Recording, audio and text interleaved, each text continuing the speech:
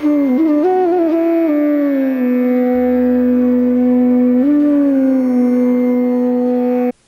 told you before also, but again today, I want to tell you the significance of puja.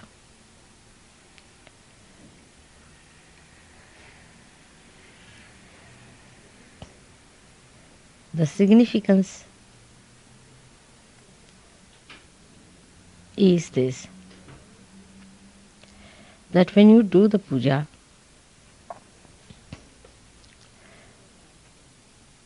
you recognize me.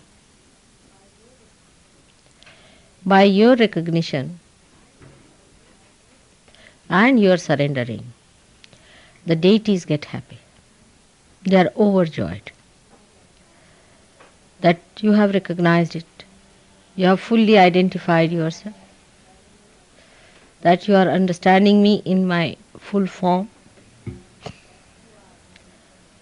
that you are coming closer to them, like elder brothers feel happy when the younger ones are coming to meet them. So they start releasing my vibrations with a greater force, much greater. You have seen that after puja, sometimes when you do not absorb the vibrations, I get little tired because the vibrations start coming out of all the chakras and you do not absorb, so the give and take process is not balanced. The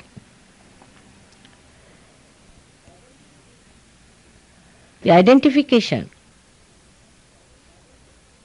in the West is very slow because of mental activity. Your attachment to your mental activity and to your rationality is very great. With puja, the vibrations try to detach you from your mental activity, from your rationality. And then you are stationed into the realm of divine existence. Anything else, even my lecture, which is really mantra, but even that gives you a mental activity. You start thinking about it. Then by thinking about it, you think you know about Sahaja. Then by thinking that you know, you become egoistical. You think you know such a lot about Sahaja. Again it, in a way, helps to bloat your ego. That you start thinking that you know so much about Sahaja. The greatest grip on the Western being is that of rationality. Analyzing. You start analyzing everything. It is only through puja you are blown off. Like when the fruit is ready, the petals of the flower out of which the fruit has come out blow off. And the fruit remains. This complete detachment is possible in even one puja. But that too takes time because even puja is rationalized. Puja should be done with your heart, feeling the love within you that you are worshipping your mother, who is an incarnation of Adishakti. It's a very great thing. Do it with your heart, not with your mind. That's why we do not allow many people to come for puja, because that creates another whirlwind of rationality. Once you are detached from yourself, all your problems become so tiny as you see from the sky, from the aeroplane, all the far-fetched things which are not so important. And the problems that are going in the houses down below do not touch you. You go beyond clouds and you live in the area of that space of divine love. Then all your petty things, irritating things, all your so-called problems of life, all disappear. And then only you can be effective more, much more effective, because you become a source of divine love. Puja is the only way I feel you can stop your mental activity. Sahaja Yoga cannot be understood through rationality. Mentally it may be, but to become, you have to detach yourself completely. You have to go beyond it, because this limits your movement. Everything that you are doing here is significant, but it's not a mental significance, it has a divine significance. For example, even painting my feet now, what you do is to recognize me. First of all, then the importance of these feet. These feet have been working, have been dancing for thousands and thousands and thousands of years. Where is she gone? Linda? She must be missing at the right moment. Where is she gone? She's not yet here. Like we use lemons. Rationally, you cannot explain how lemons can cure a person, but they do. You have seen people being cured of mental troubles, of possessions. You cannot explain rationally. In the divine way, one can explain that it has got a coefficients which can absorb the possessions which are foreign. But why and how? That's beyond your mind. You do not understand that. You do not have that instrument. So it comes that Sahaja Yoga is to be accepted. It's the only way you can be a Sahaja Yogi.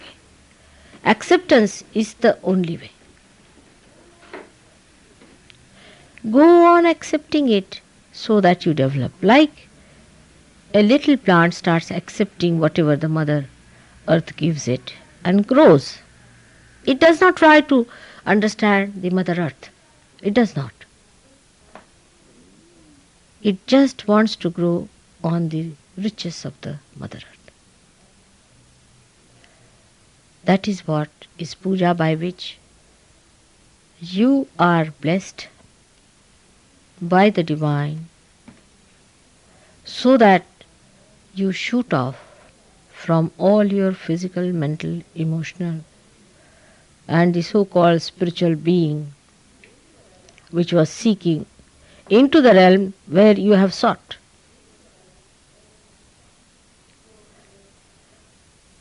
So today we must determine that we'll have no rational activity about it.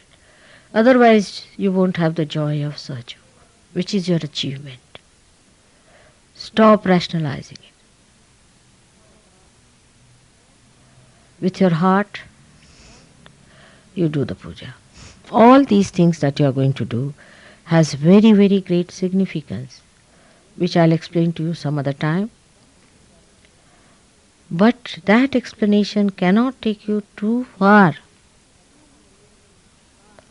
It is too minute to enter into the gross understanding.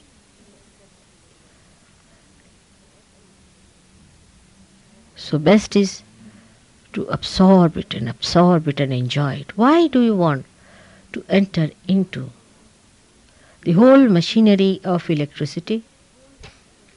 You just use the electricity. All machinery is done for you, is prepared for you.